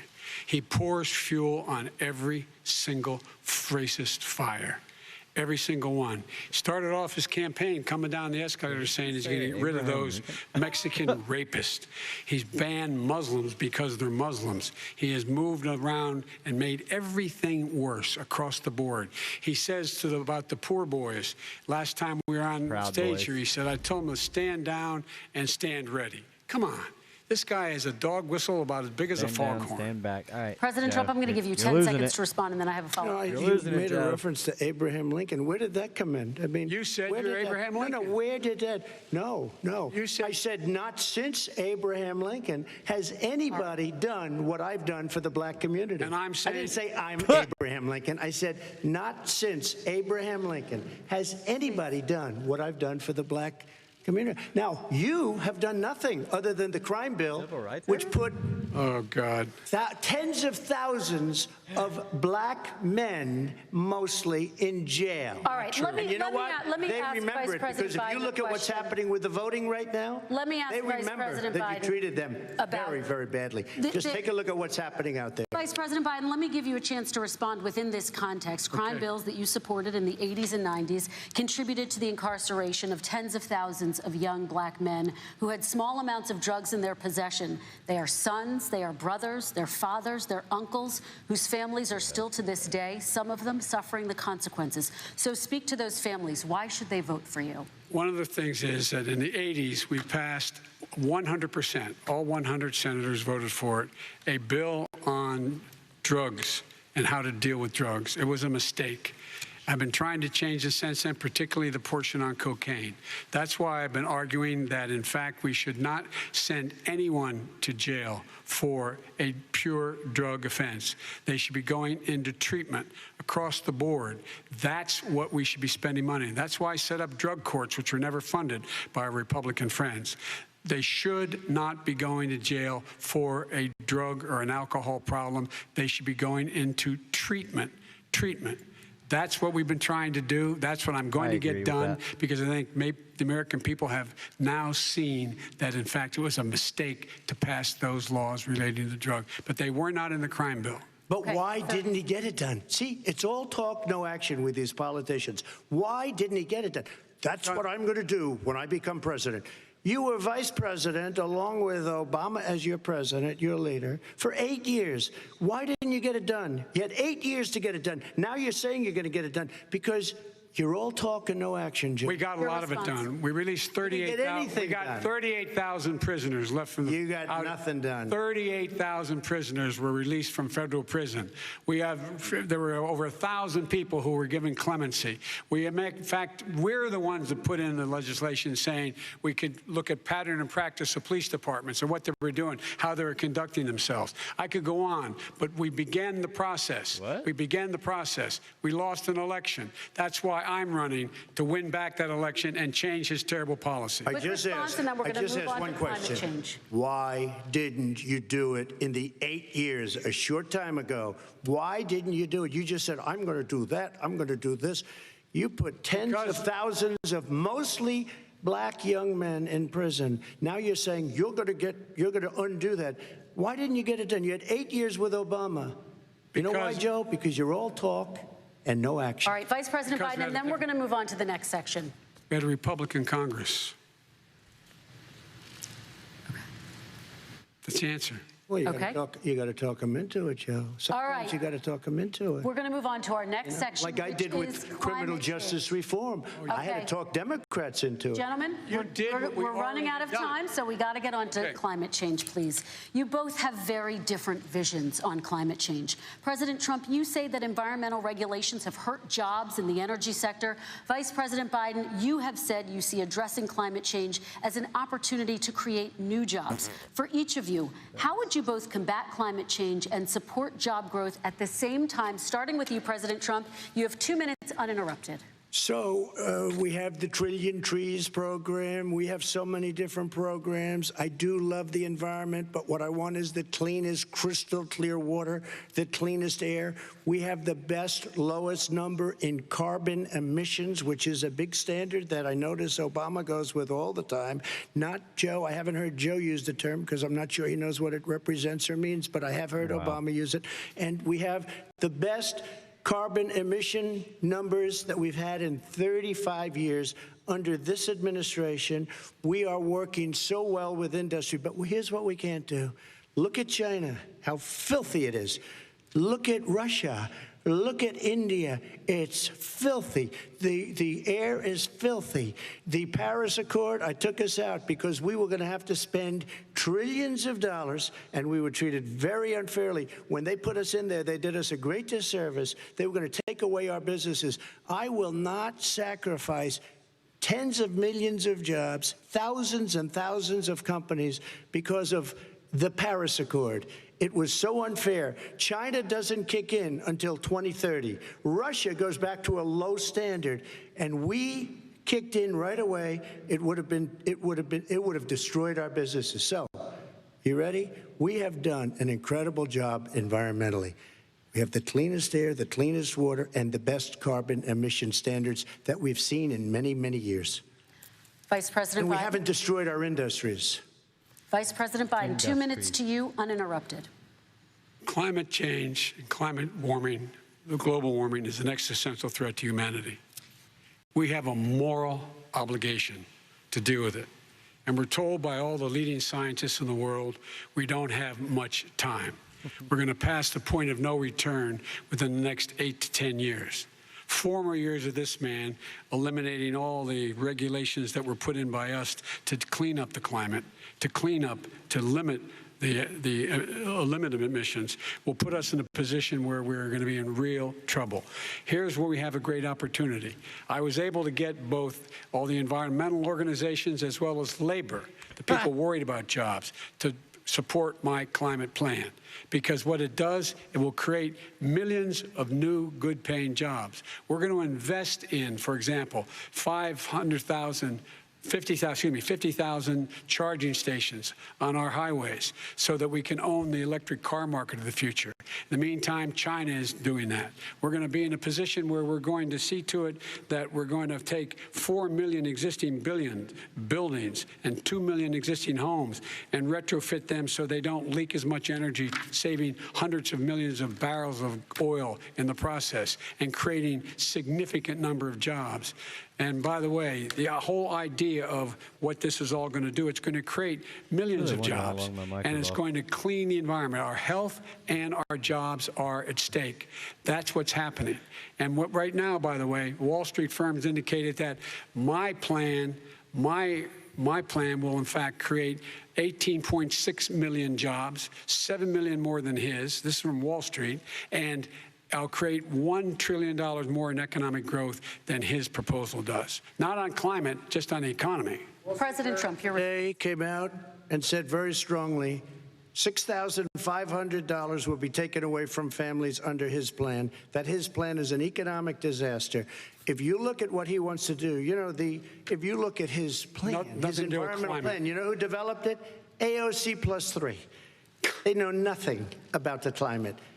I mean, she's got a good line of stuff, but she knows nothing about the climate. And they're all hopping through hoops for AOC plus 3. Look, their real plan costs $100 trillion.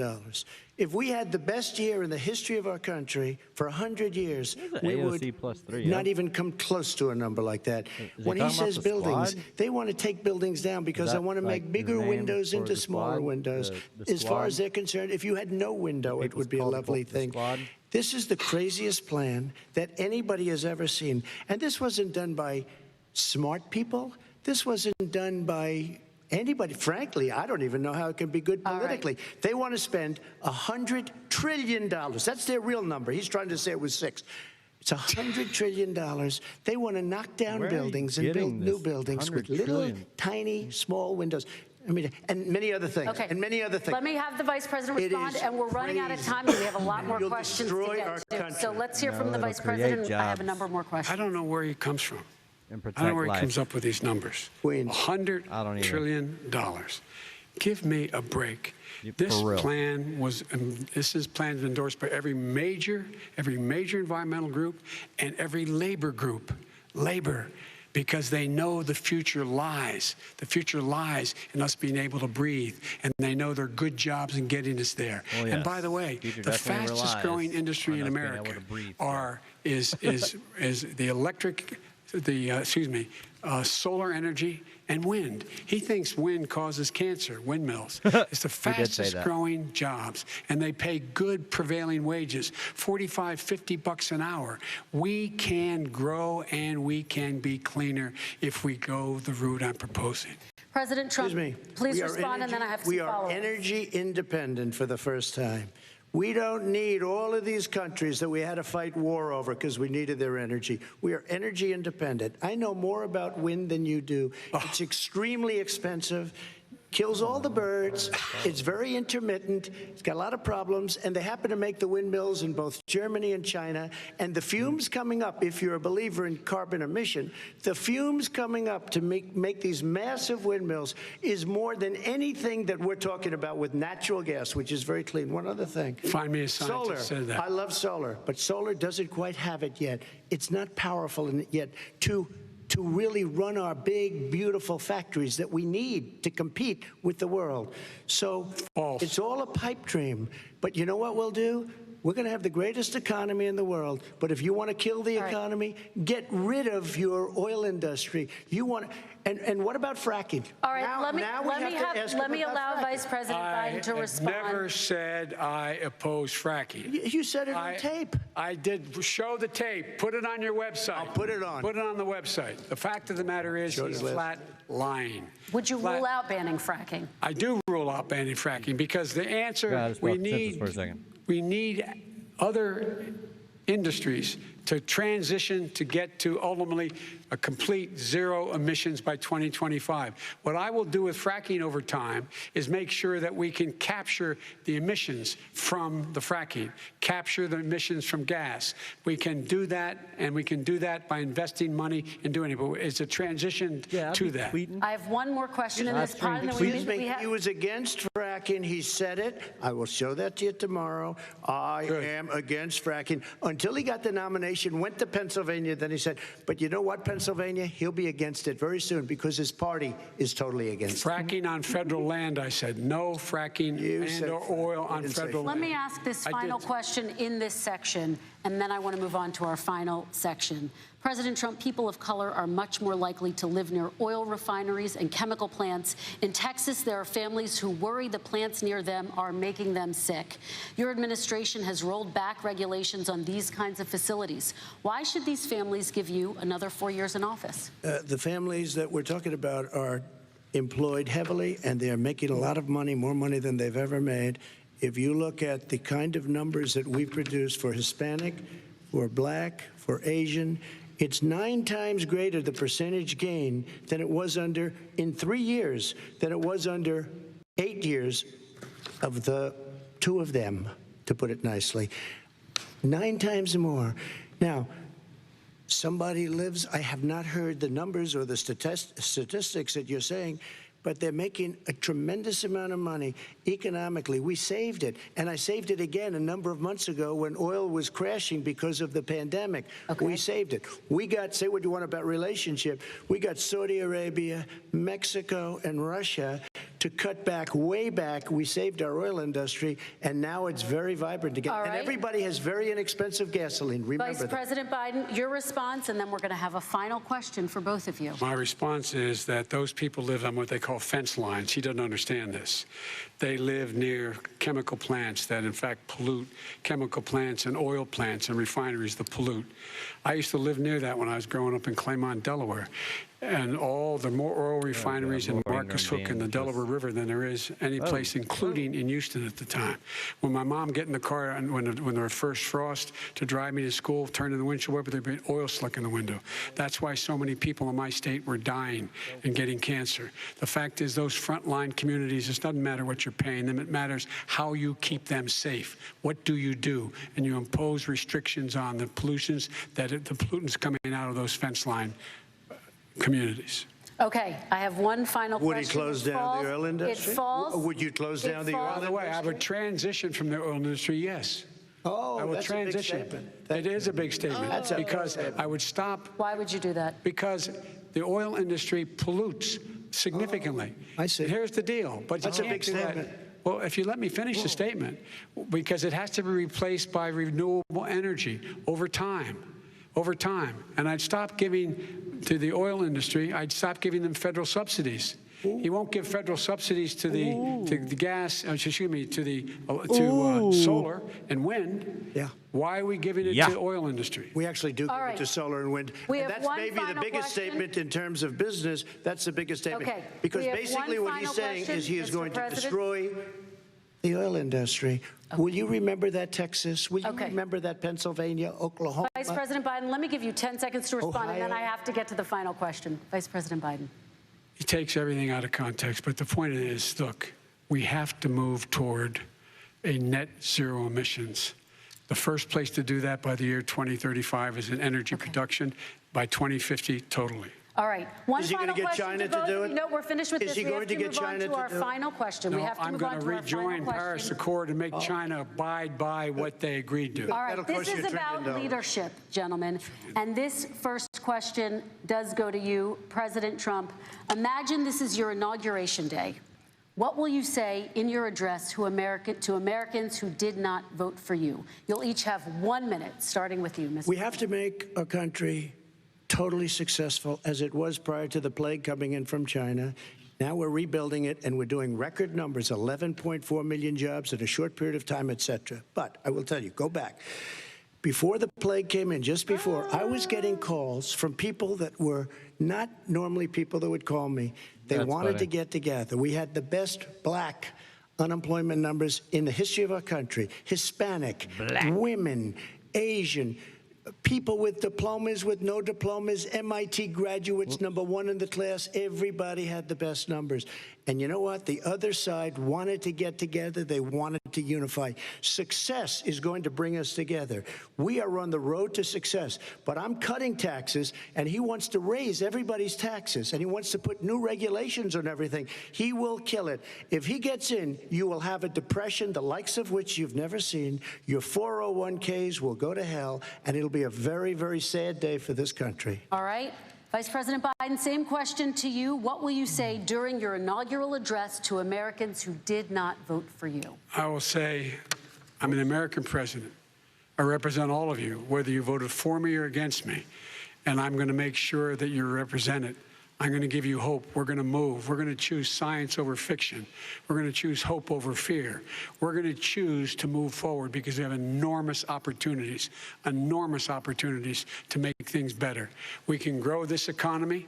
We can deal with the systemic racism. And at the same time, we can make sure that our economy is being run and moved and motivated by clean energy, creating millions of new jobs. And that's the fact. That's what we're going to do.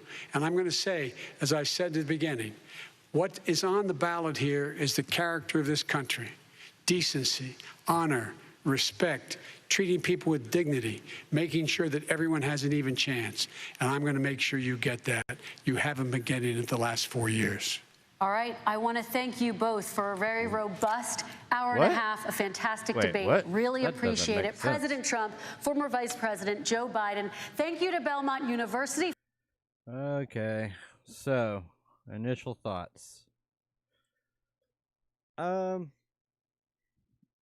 don't think this is gonna move a needle either way, honestly. I thought both did pretty well. Definitely much more of a debate than the last one. That's for sure. This wasn't the dumpster fire that the last one was, so that was very nice to see. Yeah, I don't know, guys. There's still some stuff going on. Oh, anyway. But yeah, I don't see this moving the needle either way for either candidate. Both actually had a decent debate performance. Both had their slip-ups. Both had their WTF moments. But, yeah. I guess I'm going to end the stream there. I will hopefully do a more detailed breakdown of what I thought about the debate once I go through it again. And, yeah. I'll see you guys next time on My Political Mind.